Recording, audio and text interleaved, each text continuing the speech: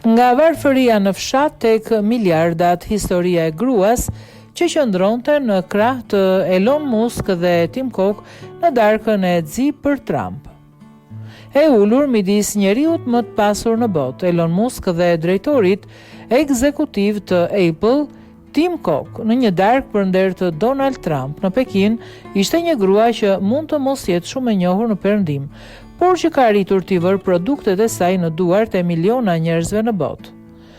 Zhu Zhenfei është themeluese e Lens Technology, një kompani e specializuar në ekranet me prekje, nga një biznes pothuajse familjar. Pasuria e saj tani arrin $16 miliardë.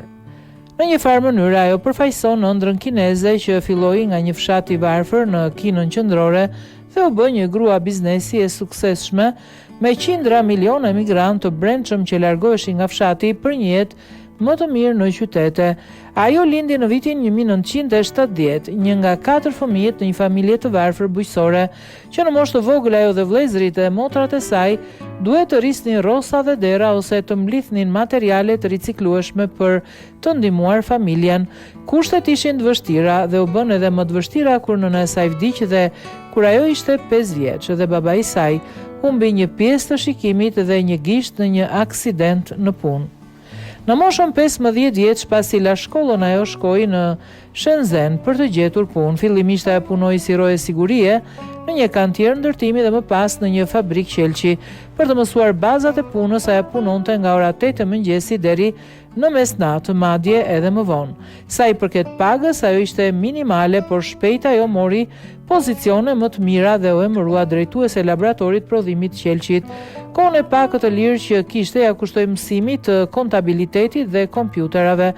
Në fillim të viteve 1990, në një kohë të vështirë për fabrikën që ishte në prag të mbylljes, Cunfai u emërua drejtoresh e laboratorit dhe më vonë të gjithë fabrikës së qelçit, por ajo vendosi të ndiqte një ëndër tjetër.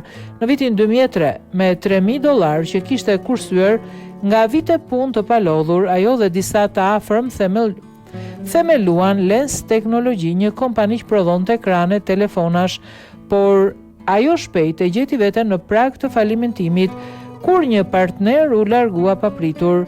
Giganti i atërshëm i telefonisë celulare Motorola i ofroi një litar shpëtimi kur i ngarkoi Lens Technology prodhimin e një lloji qelçi që nuk do të thyej kur binte nga një lartësi prej 1 metër, gjithçka që asnjë prodhues tjetër qelçi në botë nuk do të ishte në gjendje ta bënte në atë kohë.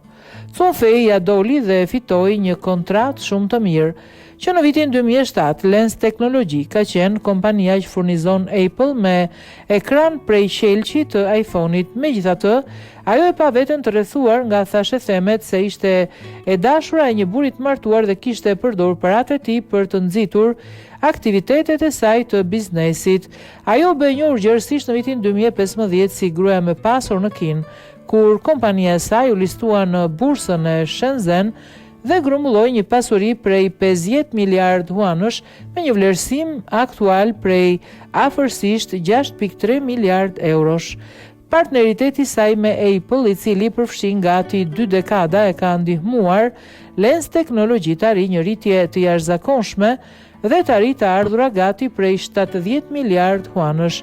Një marrëdhënie që megjithatë mbarte edhe rreziqe pasi shitjet e iPhone janë ngadalësuar që nga viti 2016, duke rezultuar në një rënje të fitimeve neto të Lens Technology.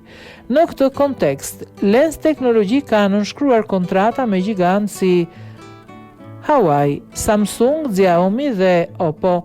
Në vitin 2024, pjesa e të ardhurave nga Apple ishte nën 50% dhe sektori i automobilave është në 8.5% me partneritete me Tesla, BYD, Mercedes dhe BMW.